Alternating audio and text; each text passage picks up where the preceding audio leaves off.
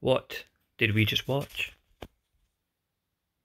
Star Trek, Lonely Among Us. Episode 7, Lonely. Why is it called Lonely Among Us? We're trying to figure that out. Theories? Because I don't know. Well, I guess we should go over what happened, and then maybe we'll figure out a reason for the name at the end. Okay. Alright. So they come across the USS Fearless, and Kaczynski appears. Like a bolt of lightning. He just walks in and tells people... Arrogant asshole.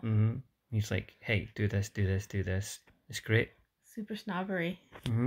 And strange moment on the bridge when Picard addresses Riker as Mr. Riker. So Yeah. they're having an almost like a disagreement, Picard and Riker at the start.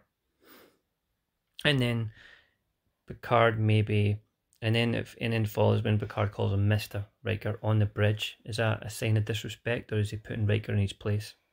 I don't know, because this is still early Star Trek, so are they still trying to figure out the characters, and like he doesn't know? Because remember Dr. Crusher called him Jean?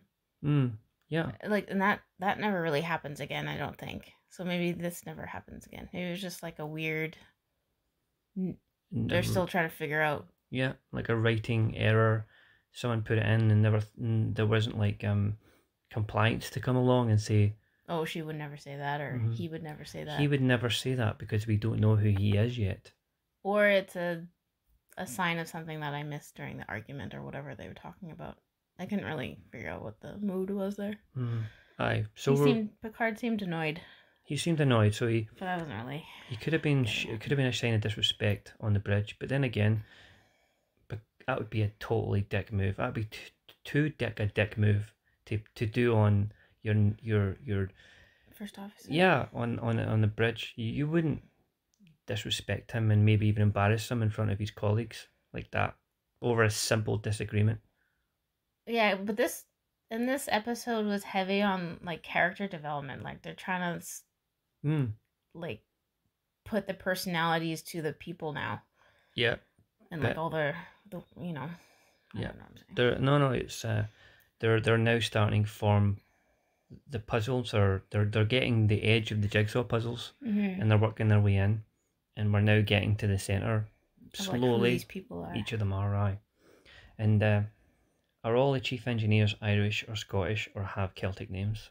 It must be, because I didn't remember him, and then like where's O'Brien? Like he becomes like the main engineer guy. Is he in next generation? Yeah, O'Brien's the transporter guy. Geordi becomes like... See, how I remember is like... Geordi is like the engineer. And O'Brien is the transporter guy. But I don't know if they're... I can't remember if they're interchangeable or not.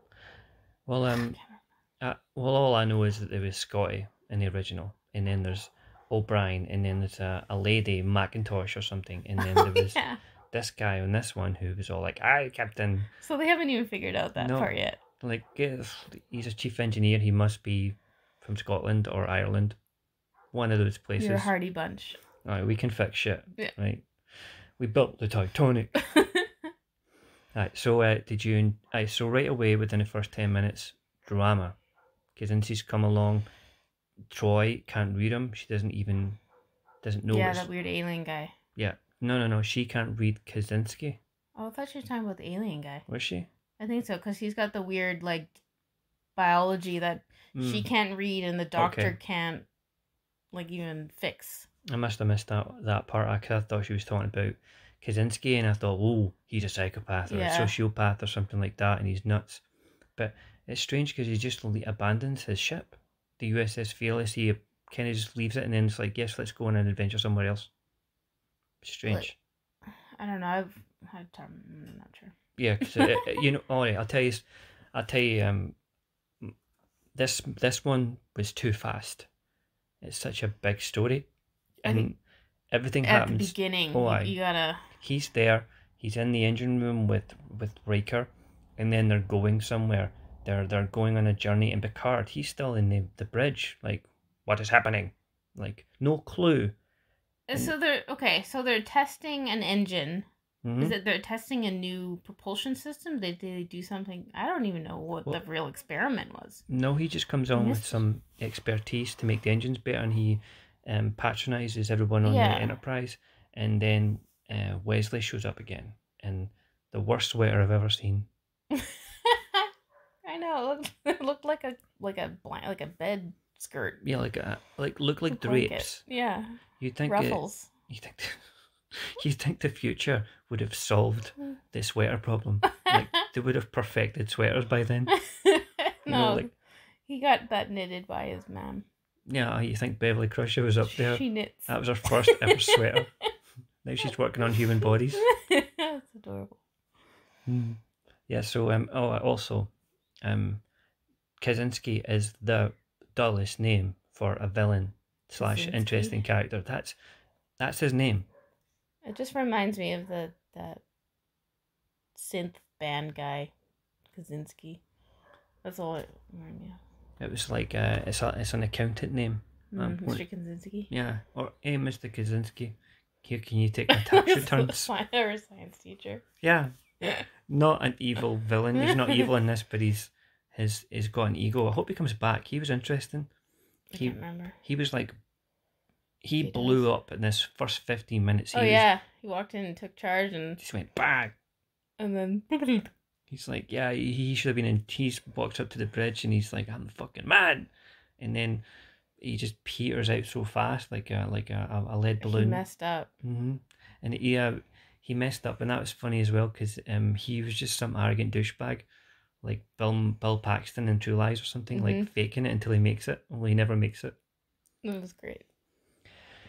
Yes, and he was like more like an angry salesman. He was selling people and shit all the time. Like, I can do this, I can do this. I like that the Enterprise crew wasn't like having any of it.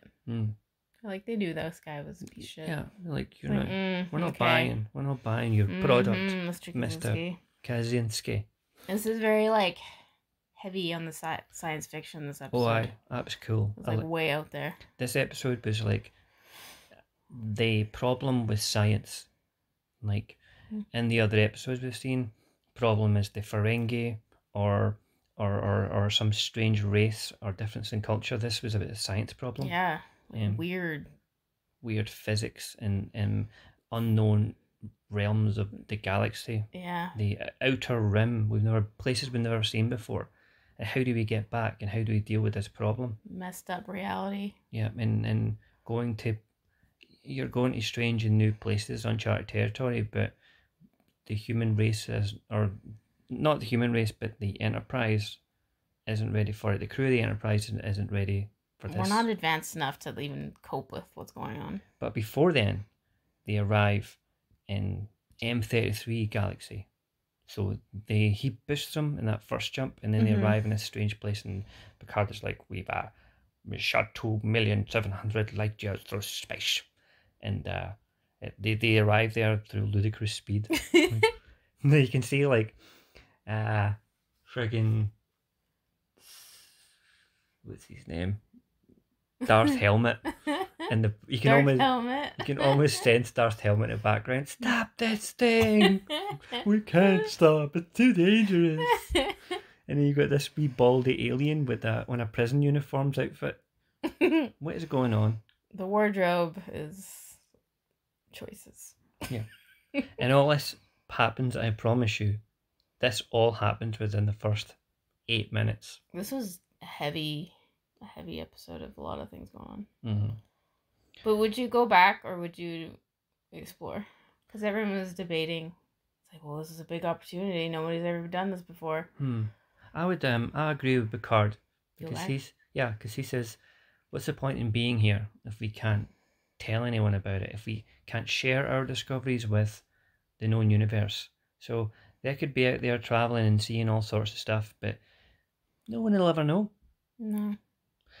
I wonder if somebody watched this episode and then created like Voyager, because I didn't really watch that one, but I knew that they got like flung into like the, I don't know, some like never before explored part of the space, and they're just stuck there exploring alone.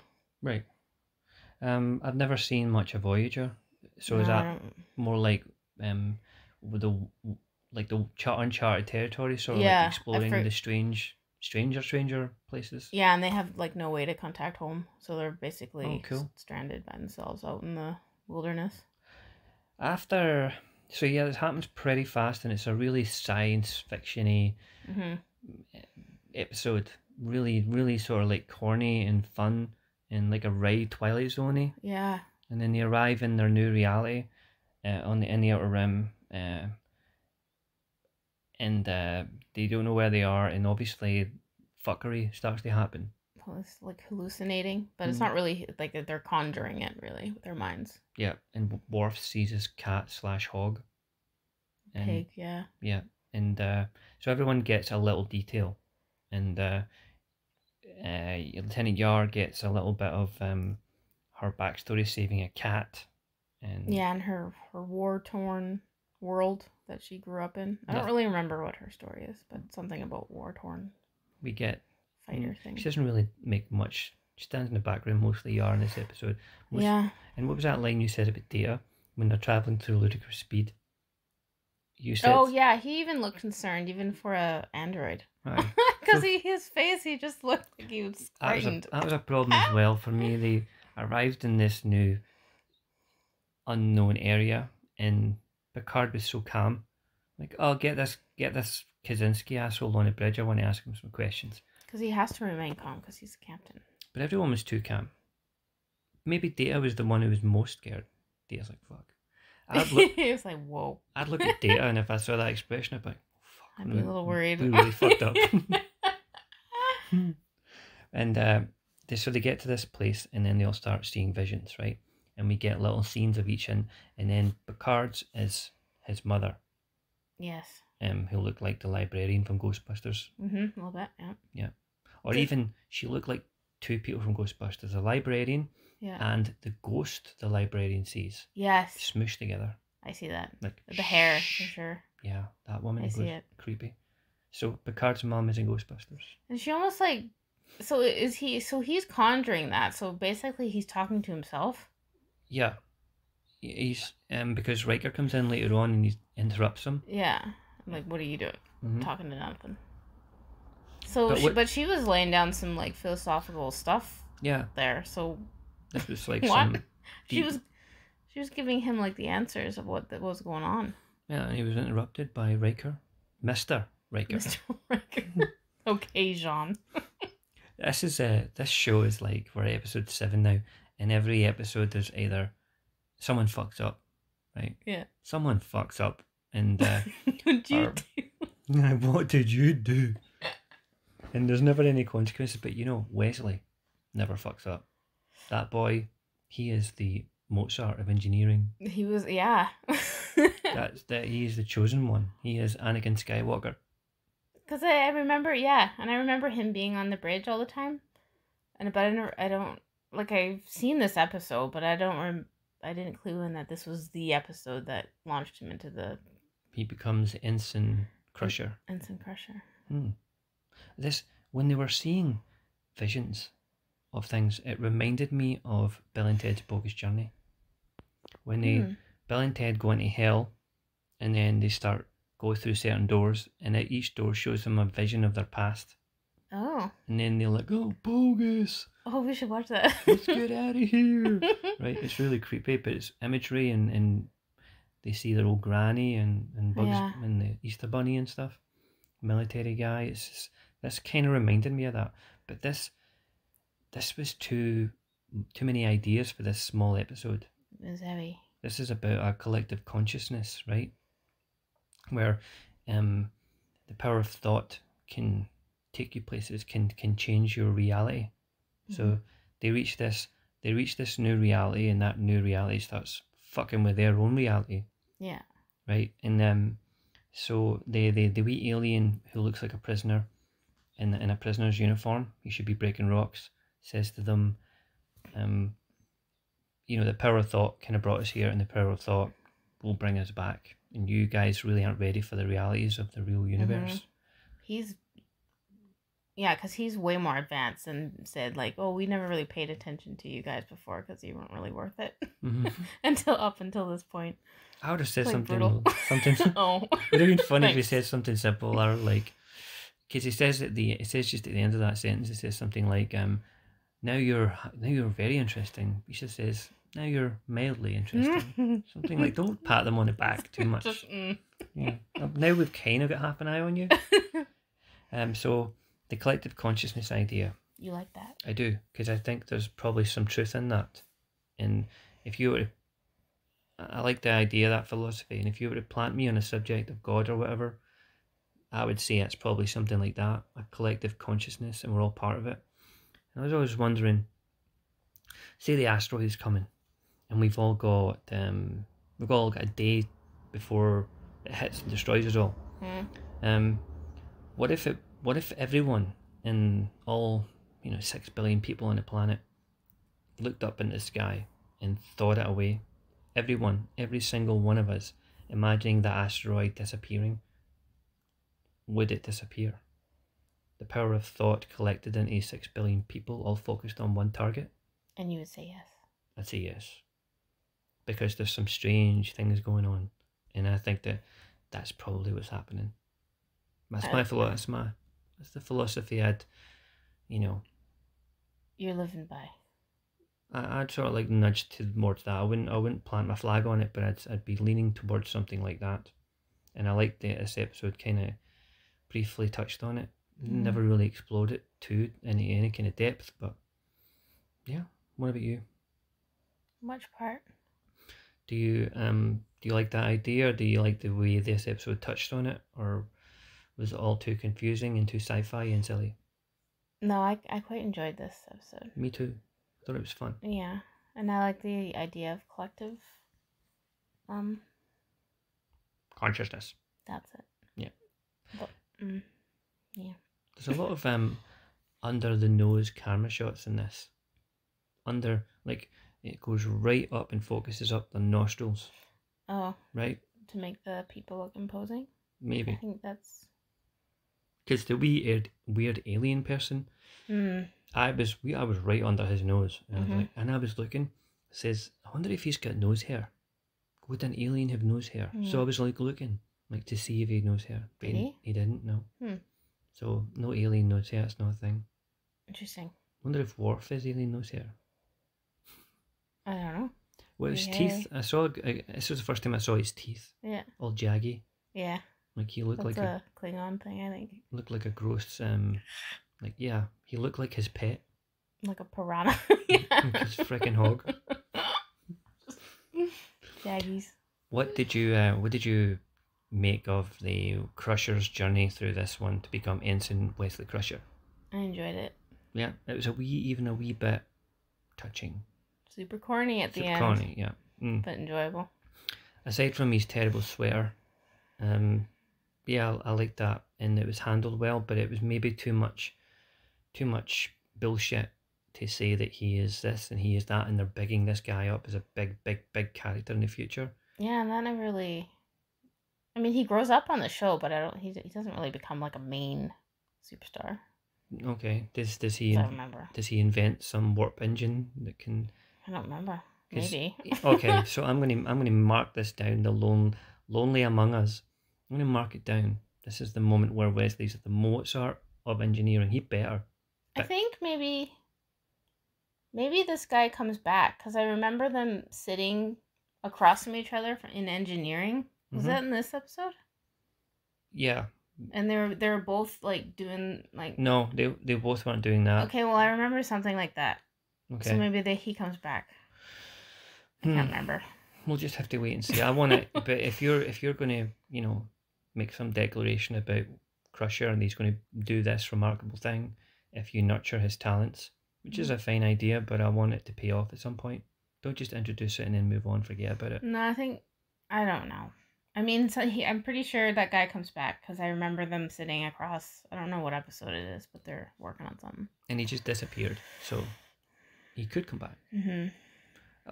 This was a fun sci-fi Twilight Zone-y adventure.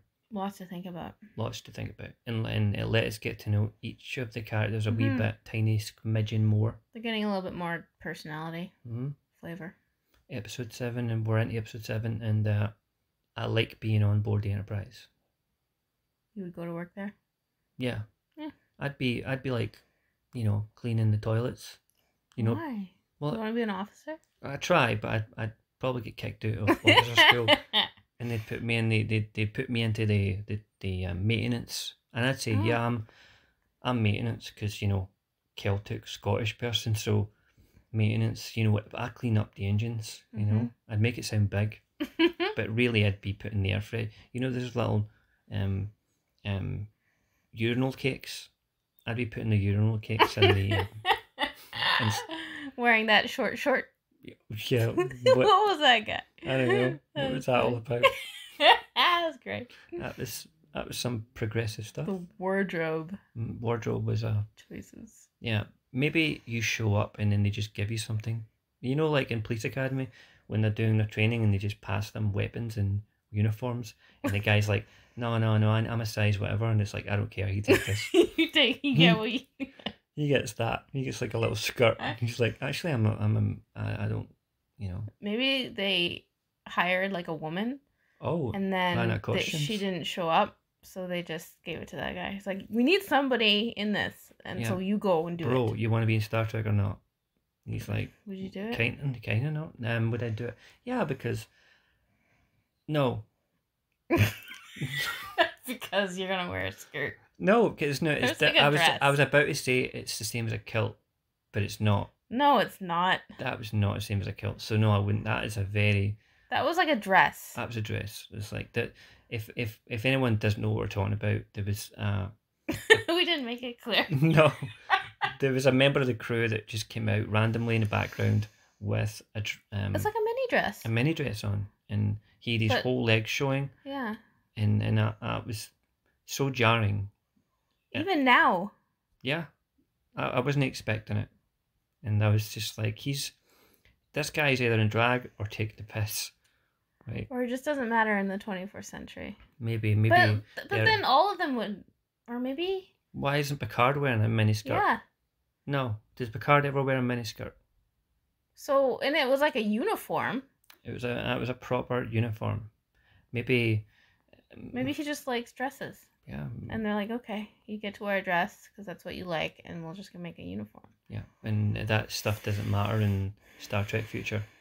So wouldn't that be nice? Aye. I mean, if you just walked out with whatever you want to wear, but it should be... Alright, here's my point on this. It's still unsuitable for a Starfleet to be on a bridge or on the Enterprise with that uniform. Might have been fine in Kirk's 1960s era. Star Trek. Yeah, but if they put that thing on Diana Troy or Beverly or Yar, people would be like, unacceptable. That's absolutely unacceptable. It wouldn't be allowed. But you put on a dude and it's like, you know what? That's good. We'll take it. It's fine. What's that all about? Because it used to be men weren't allowed to wear women's clothes, and it was more socially acceptable for men or for women to wear men's clothes, and like not the other way around. And now they're trying to be like, no, it's fine now. Okay, so we're just making too much of a deal out of it. I don't know. I don't like. It's so rare on the show. In an episode full of random stuff, that was just another random thing. And nothing was really wrapped up. What happened to the man who disappeared, the alien? What happens of Kaczynski, the asshole? Like, are we going to see more men in skirts? I guess I don't remember. We'll keep a tally of that too. Men in skirts 1. Tick, tick, tick, tick. And we'll just move through as we go along. But I really enjoyed it. It was a fun ride, and I would give it 7. I don't really like rating them too much because they're all... Did we rate them? I don't know. But I'm going to say this was above average. It's been so long. Yeah. Is that above average for you? Yeah, I enjoyed it. Okay. So what did we just watch? We just watched Lonely Among Us. Oh, follow up. Lonely Among Us. Why is it called that? Oh. Lonely Among Us. Because they are in a place that they've never been, and they are all very lonely and scared. I don't know. Lonely among us. It's like a loneliness that is shared. Is he... What if it's the traveler? Because he's so on another plane of existence to us, to the 24th century humans. You know what this should have been called? This should have been called what they called episode 6, where no one has gone before. That would make... Maybe it was wrongly labeled. Maybe where no one has gone before is actually the lonely among us. Yeah. Someone fucked up. A Kaczynski fucked up. What'd you do, internet What labeling? did you do? We will be back soon with Star Trek Episode 8. Justice.